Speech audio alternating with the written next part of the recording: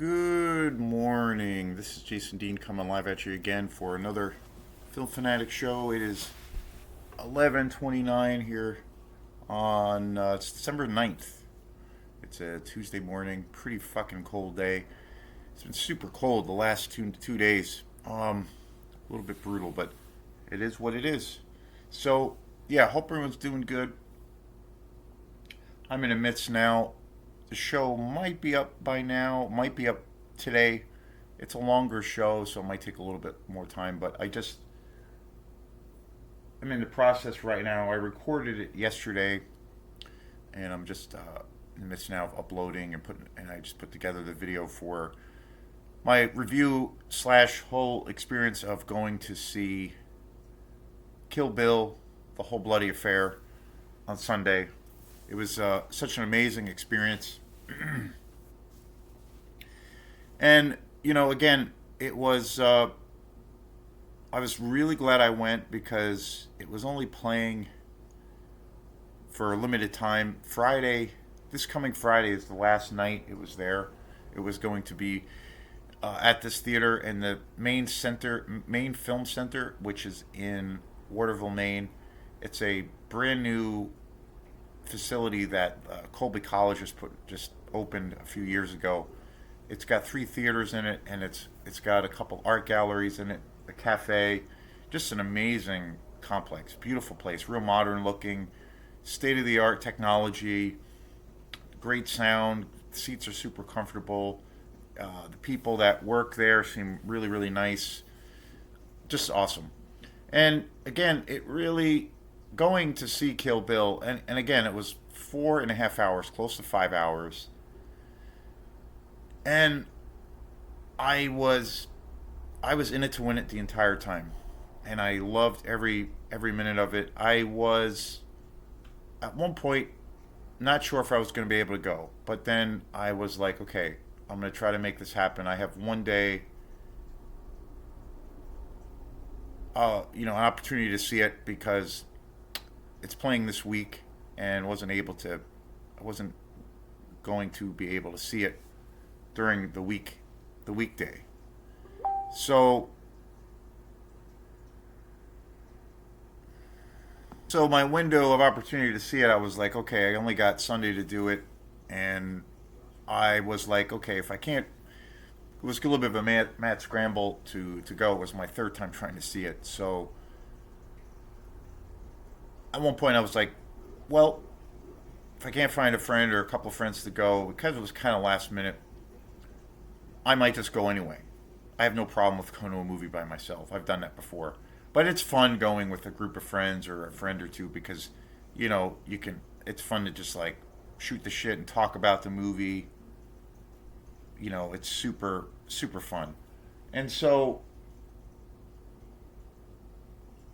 I made it happen, and we were able to go. I found a couple of friends, and we ended up going, and it was just a super awesome experience because I kind of felt like if I didn't get a chance to see the whole bloody affair on the big screen, I would have hated myself, and I would have been like, fuck, because it was gonna, it's got this whole thing has had a very limited release.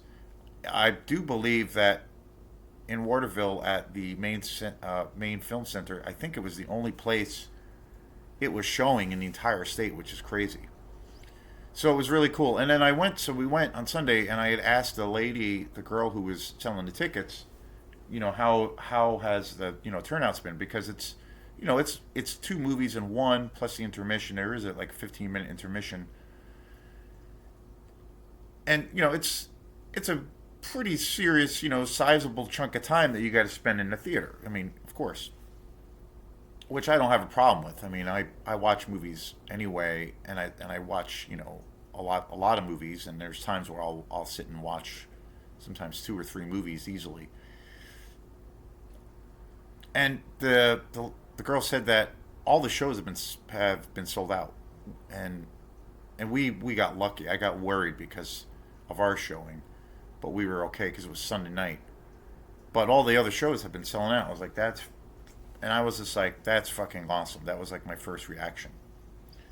So that kind of leads me, thinking about the experience, kind of really led me to think about all of this whole ordeal that's happening right now with the very, very strong possibility, the very, very strong possibility of Netflix basically taking over the entire world. So, they put in this bid. I think before this whole merger or buyout, this whole situation that is kind of unfolding as we are sitting here, and again, it's this whole thing is changing so much because right now it is at a point where Paramount is also they've presented a hostile takeover. So they Paramount and Netflix were basically trying to acquire all of these properties, and now it's at where Paramount has now put this whole new thing on the table as far as presenting a hostile takeover. So everything it's kind of up in the air of which company will take over basically, well, really in a nutshell, all media that we know of. And I really don't think either outcome is going to be really good if either of these companies win. And it's honestly it's honestly super depressing as a avid film fan as myself, and I know there are millions of people out there that feel the same way. Including all the awesome people that have supported me on my little channel here at Film Fanatic over the years, and has helped it grow. So, and it just in conversation with people that I know that love movies like at a high level, they do a lot. Most people do. Most people that I've been in contact with through this channel or friends that I have, like immediate friends, are way into physical media. They buy a shit ton of movies a lot. They also stream movies quite a bit. And as far as local friends and people that I know, they do go to Opera House Video, the only video shop in the entire state. They do go there and rent movies. And they also go to the theater all the time. Go to the theater, we like my habits this year. I've been going to, during COVID, of course, I didn't go to the theater for almost 2 years, and then I started going back again. And now the last 2 years, I go pretty often. I mean, just this past week, I went to go see Kill Bill, the whole bloody affair, and then last weekend I went to go see the new Knives Out movie. And I've seen quite a few movies this year. So that's one thing that I've noticed. It's like just people's habits, like people that I know personally and that are friends, and then also people that I have met through my channel. A lot of the awesome people that comment on the videos that I post, and just in general, having little conversations back and forth. The general gist that I get from those folks as well is they kind of have the same habits. They stream movies at home. They also are way into physical media. They buy DVDs and Blu-rays and 4Ks, but then they also go to the movies quite a bit. So there isn't, and again, nowadays, I mean, again, with anything, it's good and bad, but nowadays, you're there's an unlimited there's an unlimited amount of places that you can go to access media, to watch TV shows, to watch movies, new movies, old movies. You have all of these ways of doing it. You can access anything right now, anything that you can think of, basically, and in that moment. So it's kind of the amount of access to information is kind of staggering. So, and one thing that I've noticed too is obviously the last few years, ever since COVID, and it does bother me. It is depressing, but there occasionally it's not the case. But a lot of the times, and this is coming from someone who goes to the movies pretty often. I don't notice a whole lot of people going to movies. I don't see once in a while. There were a few movies that I saw this year that the theater was pretty busy or pretty full or close to being packed. But generally, when I go to the theater, I don't see a whole lot of people there. But again, it does. There is an ebb and flow. I mean, we where I live here in Mid Coast, Maine, a little coastal town, there are a lot of really great theaters, which is I feel really blessed and just incredibly happy of the community that I live. There's some really great, amazing restaurants. There's some we have an amazing, and again, it's very small, but there's an amazing music scene here. There are some really good venues in the area, and there's some really great bookshops. We do. I mean, again, I live 7 minutes away from the only video store in the entire state, so that alone is amazing. And there's access. There's a lot of really cool movie theaters in this area, and also in this state. I mean, we have flagship cinema, which again, it's a big franchise, but it's a pretty nice theater. I go there quite a bit with friends because that little crew of friends that I have live close to that area, and it's less of a drive. So a lot of times we have gone there. But then we also have, which is an amazing theater, the Strand in Rockland, which is just a beautiful place. I've gone there a shit ton of times, and I've gone to see a lot of movies. I've been there quite a bit this year to see some movies. And then right in town here in Belfast, the Colonial Theatre, a really fantastic place. I have seen so many movies there, I've lost count.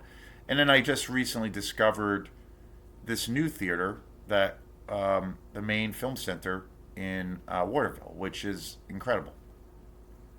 And again, it's in my travels going to the movies, a lot of the times I don't see a whole lot of people there, but sometimes there is quite a few people there. I mean, and again, a lot of the times these are new releases, but occasionally, there will be these specialty shows. Like for instance, I went to see the 50th anniversary of Jaws at the Strand. They showed that on 4K, and there was a shit ton of people for that one. So it has this weird ebb and flow, and I have so many early, going to the movies for me has just been for me in my free time. My two favorite things to do in my free time, and where I like really will spend my money. My basic habits are like I really love going to see live music. I love going to concerts. I go to see a lot of shows whenever I can. And so, locally, and I'm going to a really cool show this weekend down in Portland with a friend. So, there's all those things. And so, and then I really love, and again, it's almost, both of these things are almost tied for first place, if you will, but going to see music, live music, and then also going to the movies. And those are things that I've just always felt inclined to do in my free time, and I'll pay those extra few bucks to go and to enjoy it. And to me, it's just a magical experience. It's a communal experience. It is that intimate experience, especially going to the theater is, for me, it's a part, I don't know, kind of part of our, like, you know, our, it's in our DNA, like this ancient kind of tradition, like within our species, in our DNA of like storytelling, and we have this shared experience, this collective experience in a dark room where we forget about the mundane, or we forget about our day, whether, or we got in a fight with our girlfriend, or our girlfriend broke up with us, or we had a fight with our wife, or we got fired from our job, or we have a new girlfriend, or we got a promotion and, at work. Just regular everyday stuff, everyday things. We got, an offender bender with our, somebody hit me, and now I hit my car, and now I get it fixed, or somebody blew me off and gave me the finger driving by because they had bad road rage. Just everyday bullshit that we have to go through as human beings. Going to the movies, and then also going to see the music, to me, but in a lot of ways, especially going to the theater, for me, I can forget about all of that horse shit and just be transported to this new and exciting universe, and just forget about everything for 2 hours. And that to me, it's like a ritual. It's a ritualistic thing, and to me, that's why I feel like it's kind of this part of this ancient tradition that we have, where we're because we are social creatures. So it's all part of that for me. And so, that's just a natural thing. And ever since I was a kid, I mean, we used to always, with my family, we would always go to the theater constantly, and just, you know that continued for me to where it's at now.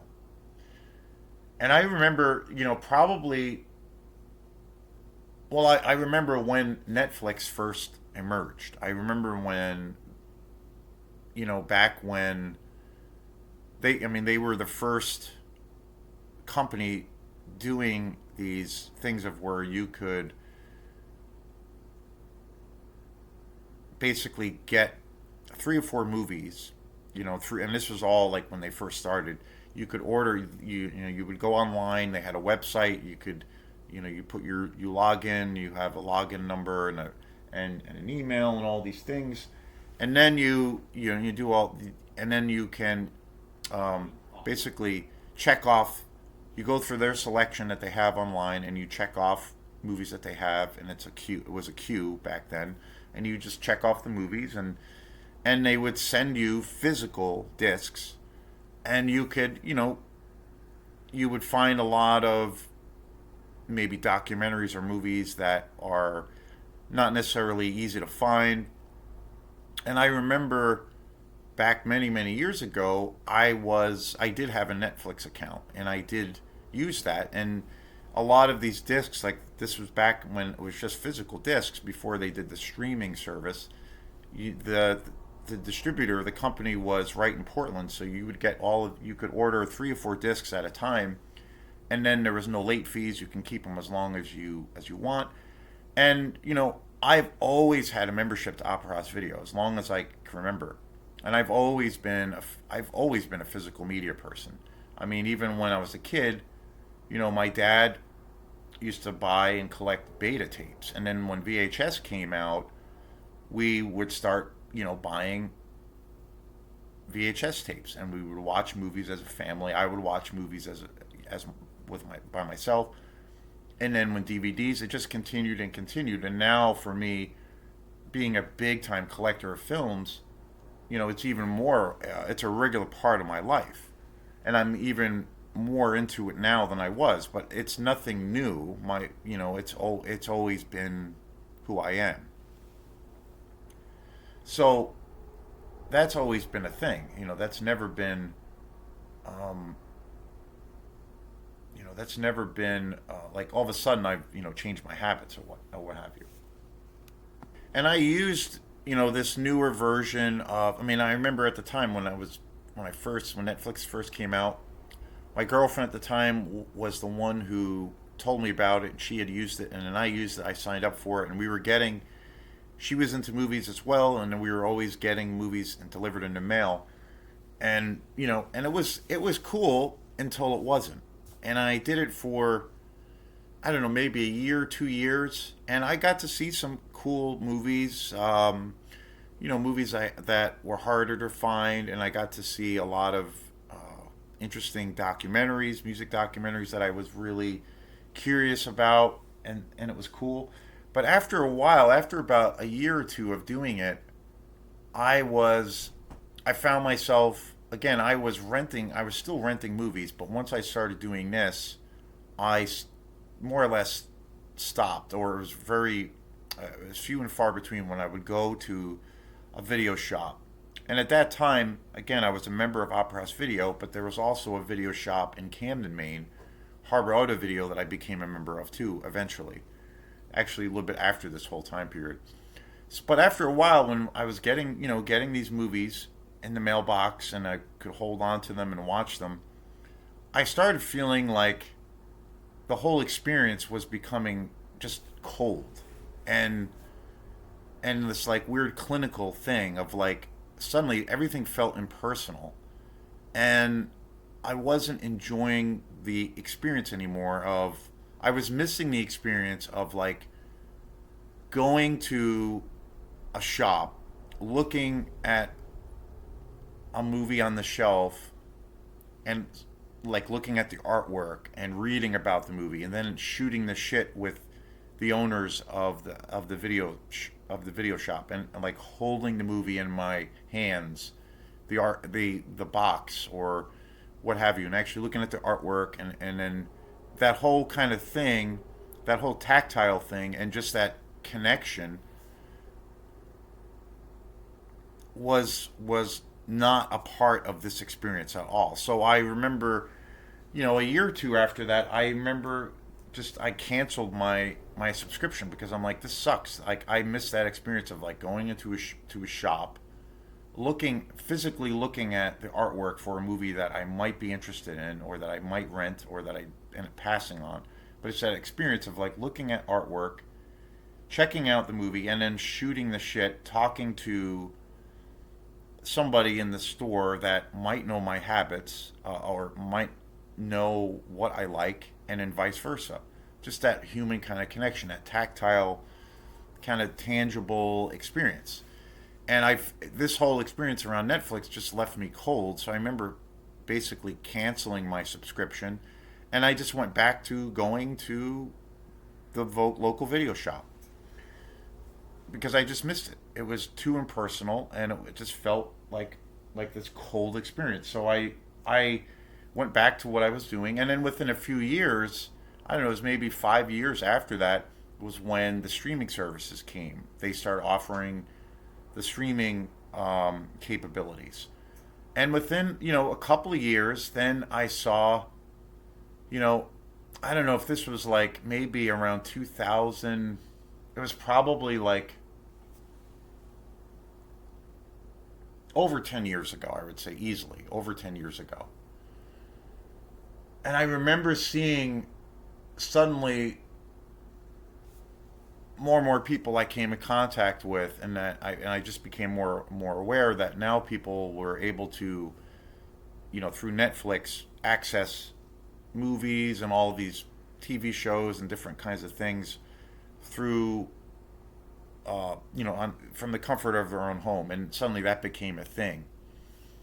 And it was this whole like really, well, I guess just this whole new way of conveniently being,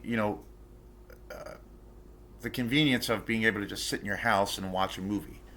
And at that time, those movies, and if you became a subscriber to Netflix, it was very cheap, and it was easy. You could just watch whatever, more or less, whatever you were kind of craving, in the comfort of your own home. You won't have to leave your house, spend money on popcorn or whatever, spend money on gas.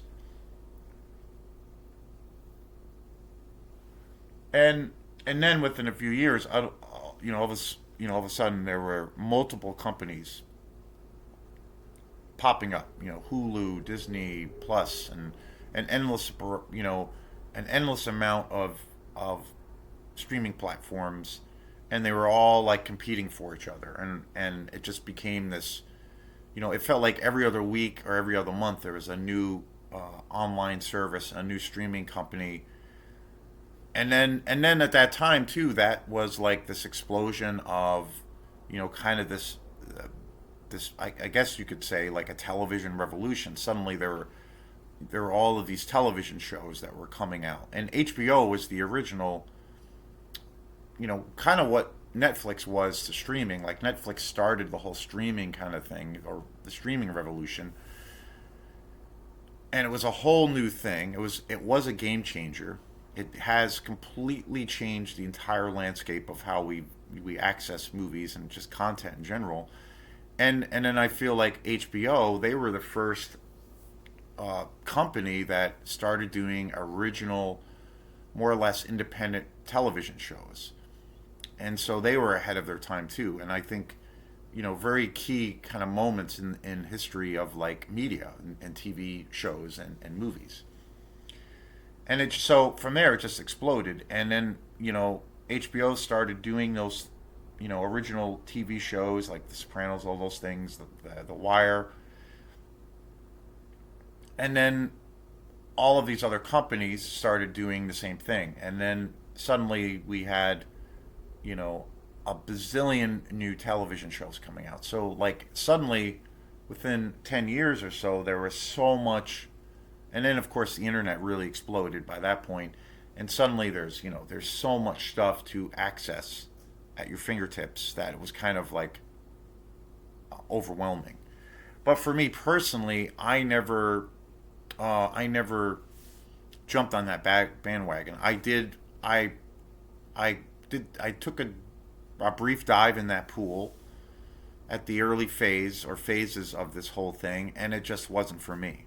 I just kind of maintain the same habits. I don't own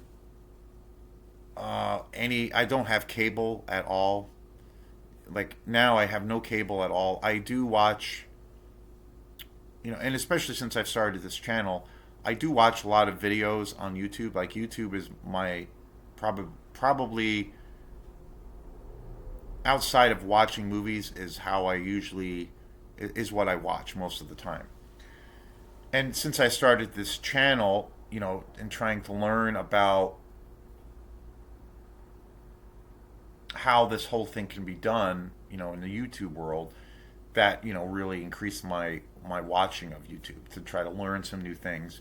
And, you know, and again, for music, you know, checking out bands, um, to, you know, to working on instructional things when it comes to music, how to figure out things out, you know, all those things. So I use YouTube all the time for all of that stuff. And it's, you know, it's a second place to my movie watching as far as my habits, as far as media. But my physical media habits have grown. I mean, I still buy CDs all the time. I buy, like the other night, I went and I bought uh, a cassette from a band that just put out a new album. I have shit tons of CDs. I still buy CDs pretty often, and I buy Blu-rays all the time and DVDs, mostly Blu-rays. But I've just I'm totally you know, a physical media person. When a band puts out a new album, a lot of the times, like I'll listen to it online, but if I have the chance to buy a physical copy, that's what I'll do. I don't usually download music. I never download music. I never download films. And my thing, again, this is my personal thing, but the reason I don't ever do that is because I really think the quality of most of these streaming platforms really sucks because of the compression that they use on a lot of, you know, the technology that's used. I feel like, especially when it comes to films, but also with music, but I feel like most of the time these companies have to use a certain kind of compression in order for it to be for people to access it, to stream it. So the quality actually goes down, and I generally think and feel that most people Um, I'm not. I try not to be come across as like a person who likes to generalize everything, and but I don't know. That being said, I kind of feel that your average person doesn't really give a shit about the quality of what they're watching or listening to. I think most people now want things. They want it quick. They want it easy. They want it fast. They want to learn things quick. I don't think people have the patience that they did at one point. They want it now, and there's also, I feel, in a lot of ways there's a sense of, you know of self entitlement that, well, I deserve this because I'm cool, I'm special, so I need it now. And I think that that is a an attitude that a lot of people have. That's, I feel, a little bit unfortunate. And there's also, through social media, one of the pitfalls and the downfalls of social media, I think there is this wave of kind of this narcissistic attitude, and that everybody is special, everybody is a specialist or is very educated on what they're talking about, and that all of their opinions are so important and that they need to make that known to everyone and everything that's out there. And I think because everybody has a platform, and on one hand, it's great that people can create these things. I feel really fortunate that I can do this channel. I am not a trained. I didn't go to school for journalism. I don't feel like I'm just a person who really loves films and music. That's it. That's all I go by when I do these videos. But I'm not like, I'm just a regular person. When you think of the time when Siskel and Ebert and had their TV show, like they went to school for journalism. They got their masters or degrees in journalism, and they became film reviewers and critics through this educated way. And but for me, and I think it's fortunate now that you can just have somebody like me who isn't from a an academic, background in regards to, say, journalism. When it comes to reviewing, I can just put my ideas out there. But again, because of that, there's there it can be it can go either way sometimes, and it can be really touchy. So, but that's how it is. But I do feel people generally feel entitled. And, again, a lot of people bitch about the theater experience. That's one thing I've seen. And again, when I started to see all of these new platforms popping up, within 5 years or so, and again, I had been going to the theater for a really long time at that point, but I noticed, and then we had the stock market crash. Things financially were getting worse. Economically, things were getting harder in this country and globally. I started to notice at that time, and this is before COVID, people were not as excited about going to the movies. People were not going as much. And it's also a generational thing. I think a lot of people, when I was a kid, I was accustomed to this idea of like going out to bars, to socialize, to go to concerts, to do those kinds of things.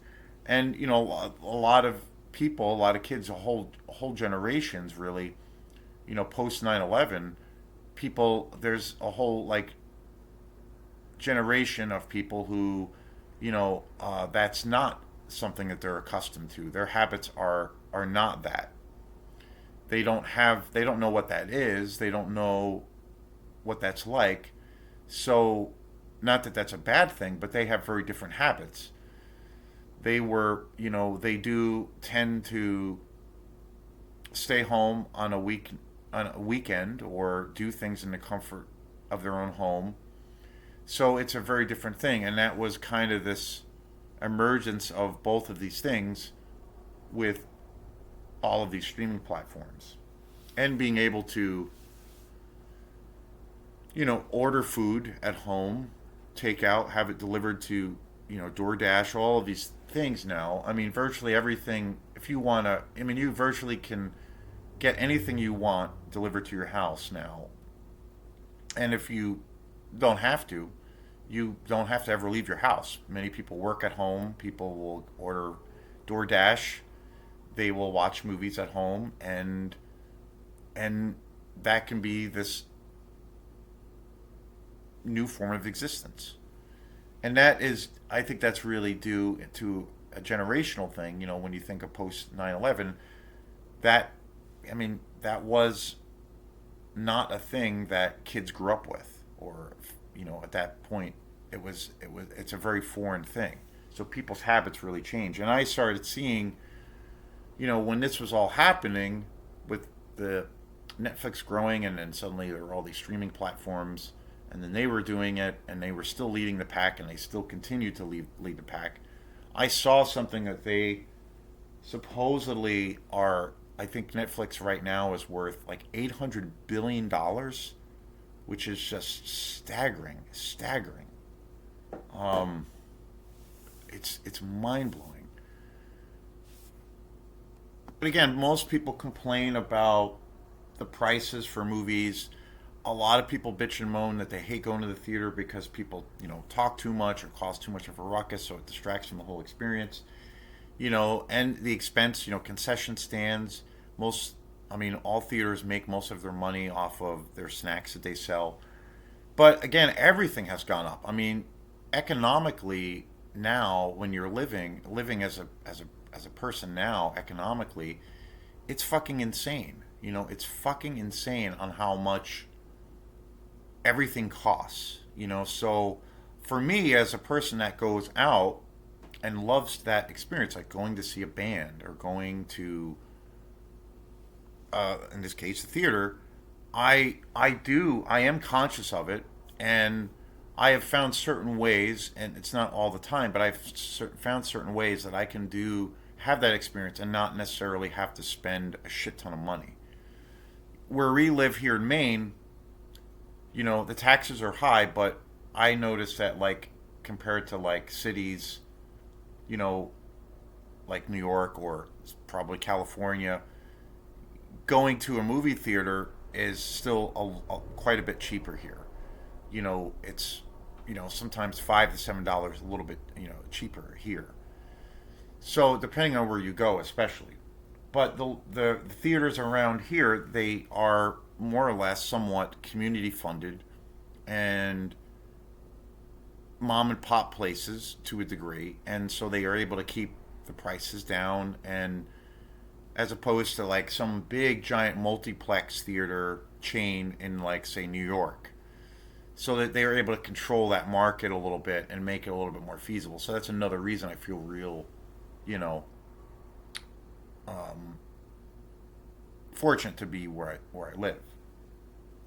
But again, people who do complain about those things, I understand that, and that is often the argument as to why people choose not to do it and stay home and will stream movies or stream concerts or what have you, or and the same complaint about going out to eat. It's too expensive, and it's insane, but it's everything on, related to, where you have essentially the society of this top 10% of these corporate, giants that are just buying everything out. They're getting all these profits, but everything below that, we're just getting squeezed harder and harder and harder. And they're kind of controlling the markets. And that has led to where we are right now. And there's no one holding any of these corporations accountable. These big banks, these like massive empires that have accumulated so much wealth, where in this capitalist society, there is in this like free market. I use that term loosely now. but there's no end to it. There's no end to how much properties can be acquired by these companies. There's no end. It's like this fucking like vampire beast that just cannot get enough blood. It just needs to, it can never, their hunger can never be quenched. And there is no end to when is, like, when you think of the corporate mentality, like, there's never an end to it. It's all about consumption. Everything is driven by the consumer market, but there's no end to it. It's just consume, consume, consume. And there is no, and then also with all of these corporations, there is zero accountability for some of the terrible and awful acts that they have committed. They can pay these fines left and right, and it's chump change for them, because when you think of, like, say, Netflix being worth fucking 700-800 billion dollars, like, you can't even, can't even fathom that. And it's a different reality than the executives that run a company like that, compared to, like, people like me. Like, they they live on a different planet. We live on a different planet. So that gap has just grown so much. And because of this, yes, we live in this, you know, inherently there is this, in the capitalist society that we live in, inherently it's a free market. And we have, it's not owned by the state per se, even though it's starting to become, like, when you think of a fascist society or communism, like real, there's this idea, uh, or it is the notion that things are run by the state every across the boards, and that is inherently evil.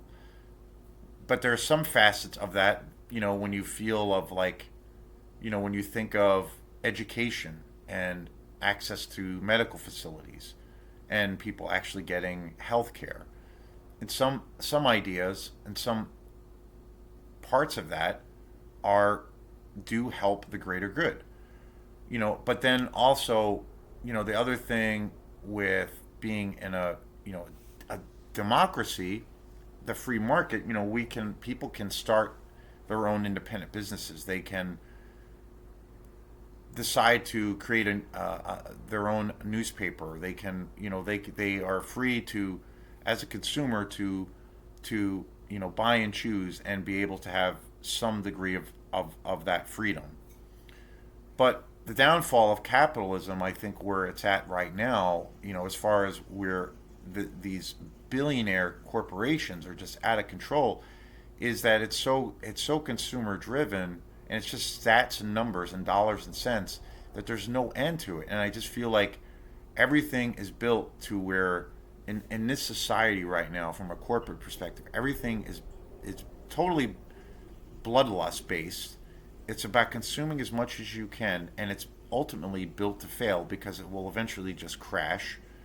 And it affects so much of the people who are not in the 10%, to where they can't go out anymore, and their hands are tied, and they can't spend anything anymore, and then their choices are reduced to next to nothing. So it's so fucked up. It's the only way I can. Is the only way I can phrase it, I guess. And so, going to see Kill Bill, like what I was starting to say in the beginning of this video, and I know this is a long video, but there's a lot of shit, to talk about. When I start off talking about this video, it's, again, it was really about the experience of going to the theater and just having such a magical time, and it was just amazing and wonderful, and I would do it again in a heartbeat. I'd spend the money all over again, and it was absolutely fantastic. And I'm like, when I left the theater, after sitting in the theater for almost 5 fucking hours, I was like, I felt I felt fantastic. I felt fucking great. And with this possibility of Netflix taking over all of these things, taking over basically every, every company and every media outlet, and then also, with Paramount now trying to,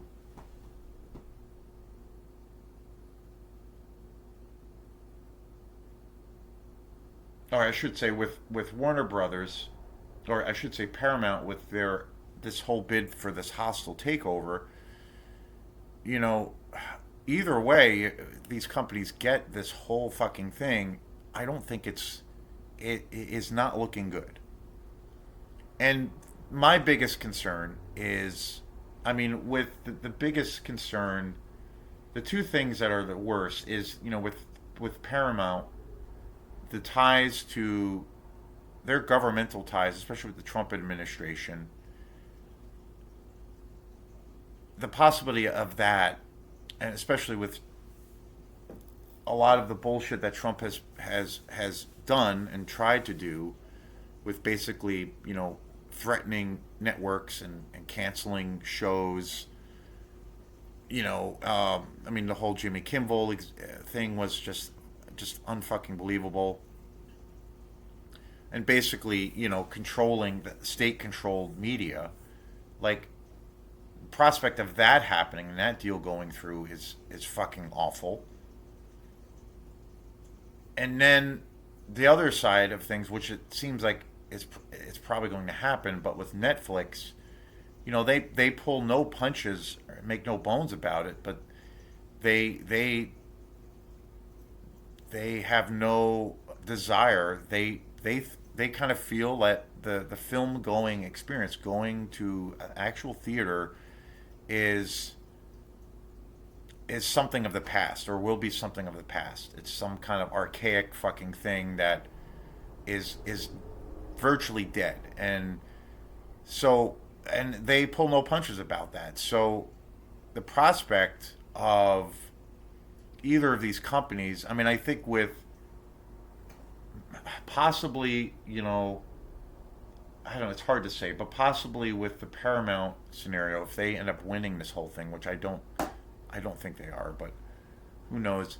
There's probably more of there's probably an area of flexibility, or more of an opportunity for movies to still get a theatrical release and having the option to go into the theater, to go to the theater.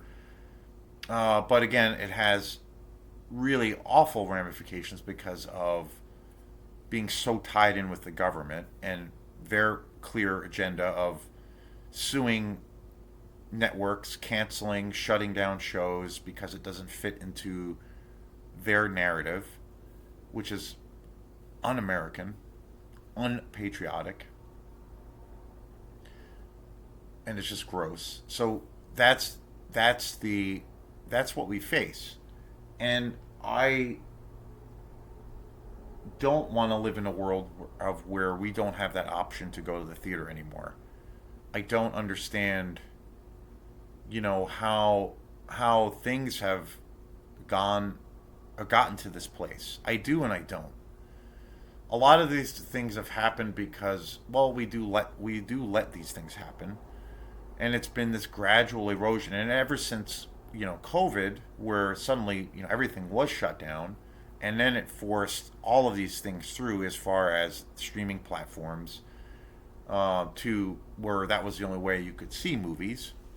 I mean, it really ushered in this complete, like, dystopian age, and I'm not sure where it's going to go.